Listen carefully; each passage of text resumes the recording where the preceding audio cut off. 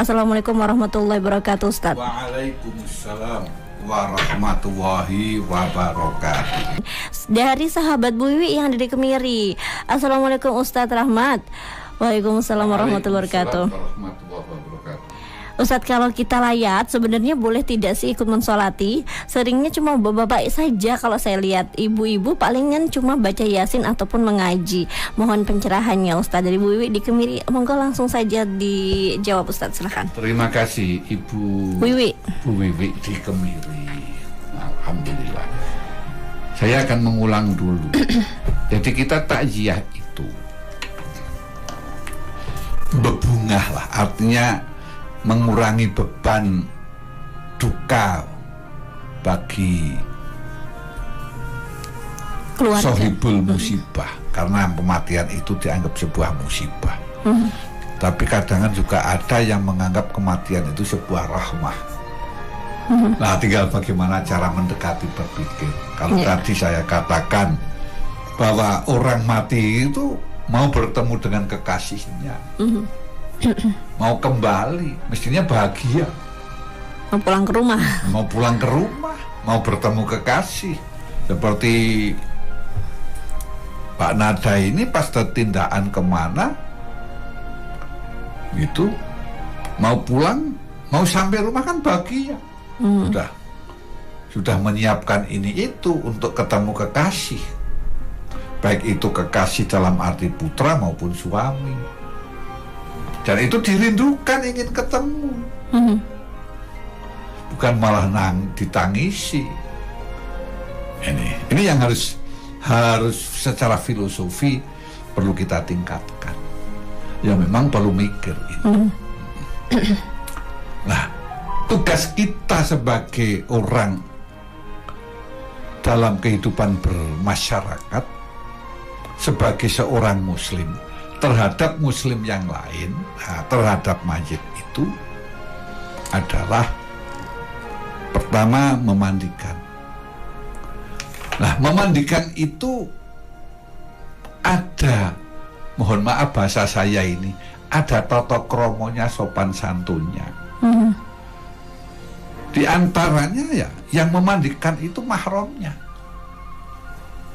Bukan malah dirubung, dari tontonan. Leng ngedusi nang jobo.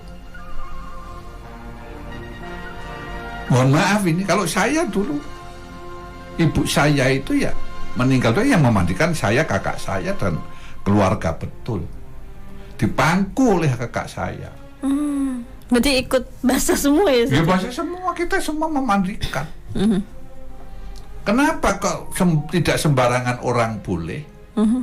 Khususnya yang bukan mahram atau tidak sejenis, ada sesuatu yang tidak pantas dilihat oleh sembarangan orang. Itu masih dihormati walaupun sudah meninggal dunia, walaupun orang tua. Enaknya bilang tidak menarik, masih dihormati.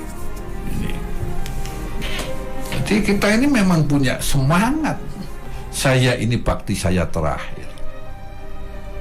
Nah, itu dikafani. Nah, kalau yang kafan itu kan tidak semua orang bisa.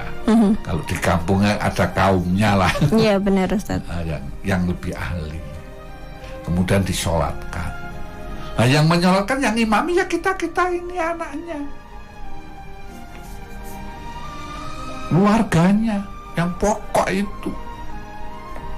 Maka saya mohon maaf ini, kalau saya disuruh menjadi imam di suatu tempat, kok makmumnya ada yang tidak saya kenal, itu saya tanya, ada nggak anaknya?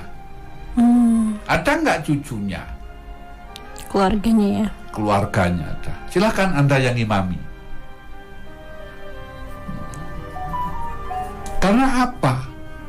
Saya pernah ketemu yang menyebutkan bahwa mayit yang disolatkan oleh anaknya, oleh cucunya, itu derajatnya mayit sama dengan disolatkan Rasulullah. Begitu agungnya. Maka keluarga itu ada gerakan menyolatkan dulu. Jadi bahkan biasanya menunggu di pasrake kaume. Bahkan nyolatkannya itu sampai berpuluh-puluh kali waktu itu. Karena tempatnya yang terbatas untuk menyolatkan, bahkan sampai kalau tidak salah 40-an kali nyolatan. Terus tidak berhenti. Bergantian seperti itu ya? Iya, gantian salam. Biasanya ditutup dengan tahlil dan doa, baru keluar, terus Gantian lagi. etape kedua, etape ketiga, terus saja. Jadi mulai pagi sampai ada terus, nggak putus. Putusnya ya putus diputus. Ya karena sudah mau dimakamkan. Iya, karena waktunya harus sudah diberangkatkan. Insya Allah. Ini yang satu sisi saya bahagia, di mana penghormatan Ikhwanul Muslim itu luar biasa. Gitu. Ini diantaranya. Nah, lalu yang menjadi pertanyaan, kenapa kok Putu tidak menyolatkan di tempat kita? Ya karena tidak umum. Tapi kalau sudah biasa, Boleh-boleh saja. ya sebetulnya tuh menyolatkan itu kan kebutuhan kita. Jadi termasuk di tempat keluarga saya, maksud saya. Itu anak cucunya itu yang putri menantu segala semua menyolatkan. Nah sebenarnya itu juga mungkin ada dipersiapkan juga dari Sohibul Musibah ya, mungkin ada misalkan menyiapkan untuk mukenahnya misalkan itu saja. Jadi orang kan tahu boleh menyolatkan dengan mukenah seperti itu. Karena tadi Ustadz mengatakan juga tidak umum seperti itu. Ya karena memang wanita ini kan sesungguhnya mau sholat kan gampang sekali.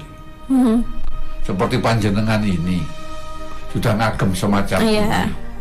Mau sholat kan tidak perlu cari mukena. Ya kalau yang tidak membawa ataupun misalkan saja memang ya, kalau pakaiannya tidak membawa ya insya Allah cara berpakaiannya tidak muslimah. Yang pakaiannya ya itu tadi. Ya nanti kembali pada kita sesungguhnya.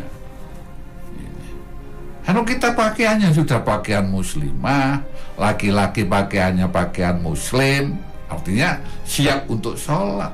Ya. Nggak bingung. Tapi kadang juga tidak disediakan tempat Ustaz. Maksudnya memang ya softnya bapak-bapak semua misalkan atau laki-laki semua gitu. Nah, ya kan ada waktunya kalau memang mau. Ya ngaplin waktu satu kali sholat. Ya, seharusnya kerentak dari teks sendiri ya Ustaz ya. Masalahnya itu mudah kita jambu di masyarakat. Yang aku juga pada jamaah sering ngomong. Panjenengan tuh nek mau layat itu gawane udu peso. Lewatnya belakang Ustaz. Lewatnya belakang. Enggak, kita itu sholat layat, memberikan ucapan bela sungkawa, mendoakan kepada yang ditinggal untuk ikhlas menerima qadha qadar Allah. Kemudian yang meninggal itu mudah-mudahan diterima amal solehnya, dimaafkan dosa-dosanya, ditempatkan di surganya. Itu ketemu dengan Sohibul Musibah. Kalau nggak ketemu ya doanya itu. Nah terus nyolatkan, sholat itu menjadi kebutuhan yang hidup. Itu. Jadi kita sehingga mohon maaf ya, saya pribadi itu kalau layat kok tidak menyolatkan, saya rugi. Minimal 1 kirot, 1 gunung emas pahala yang disediakan Allah. Itu kalau bicara normatif. Nanti kita yang rugi Ustaz ya. Kita yang rugi. Perintahnya itu bukan tahlilan, mohon maaf ini ibu-ibu. Bukan yasinan, bukan. Bahkan jamaah dari mana tahlilan. Apa aku sebenci tahlilan? Enggak. Apa aku nggak setuju dengan tahlilan? Bukan. Saya bicara perintahnya itu. Bukan nahlil, kayak nyolat, kayak. Betul? Iya. Betul? Ini harus sadar bunyai-bunyai itu. Pimpinan-pimpinan jamaah ngaji. Bukan diperintahkan yasinan. Apa itu jelek? Tidak. Jadi kalau mau yasinan monggo. Tapi itu yang penting tambahan. Yang pokok dulu. bahkan barisan beberapa majelis taklim datang ibu-ibu yasinan. Apa jelek? Enggak, bagus sekali. Cuma akan lebih bagus kalau menyolatkan dulu, Baru tahlilan gitu ya. baru tahlilan. Kalau tadi ibu-ibu, sekarang bapak-bapak ini yang bertanya dari sahabat Bapak Lukman yang ada di Perigelan. Assalamualaikum Ustadz Rahmat. Waalaikumsalam warahmatullahi wabarakatuh. Waalaikumsalam warahmatullahi wabarakatuh. Apakah benar jika kita makan pacitan atau mungkin hidangan seperti mungkin ya di tempat yang berduka itu tidak boleh Ustadz? Ada yang bilang dibawa pulang saja, benar tidak sih Ustadz? Lalu kalau takziah, apa memang harus menunggu sampai berangkat dimakamkan baru pulang atau bagaimana Ustadz? Mohon pencerahannya dari sahabat Lukman yang di Perigelan. Silahkan Ustadz. Ini boleh tidak makan, biasanya dikasihin minuman dan juga cemilan seperti itu. Silahkan Ustadz. Terima kasih Bapak Lukman di Perigelan. Bagaimana kalau kita ini layak dikasih makan? Ya kembali pada diri kita. Pertama, yang sesungguhnya tidak boleh itu kan kita makan dekat masjid.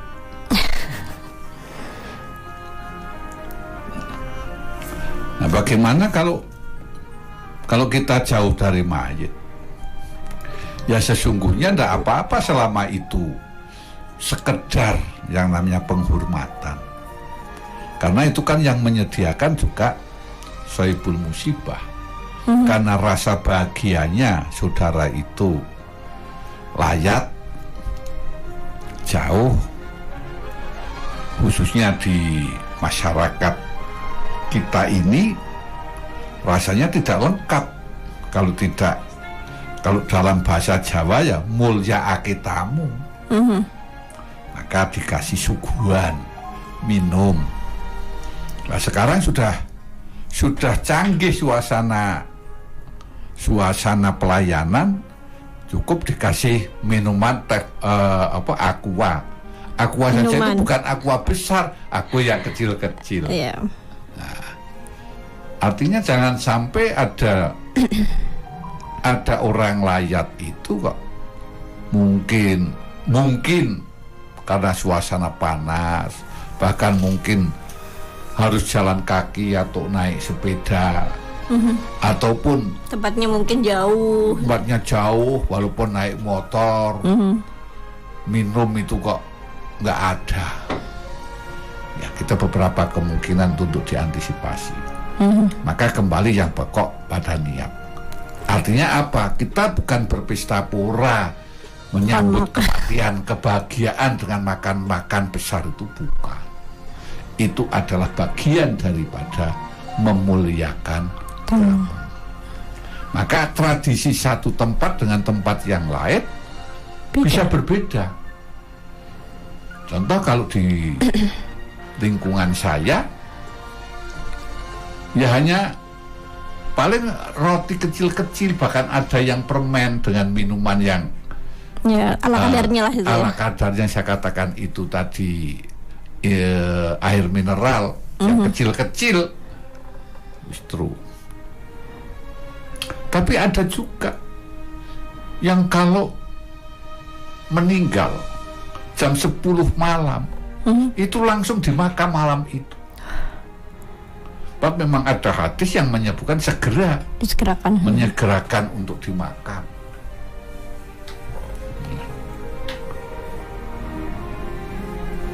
Dan itu tidak ada apa-apa pada waktu, tidak ada makan, tidak ada minum, langsung gitu ya. Nyolati ya sudah langsung. Tapi setelah itu paginya itu semua orang yang datang itu disediakan semacam makan prasmanan. Ya orang makan di prasmanan itu ya berbagai variasi. Seperti saya ya sering saya hanya masuk, duduk di tempat itu, bahkan tidak makan karena di rumah sudah makan. Tapi yang makan biasa saja juga mudah kita jumpai, karena kadang disembelihkan sapi. Artinya maksud saya apa? Itu bagian daripada menghormati tamu. Ini. Wassalamualaikum warahmatullahi wabarakatuh.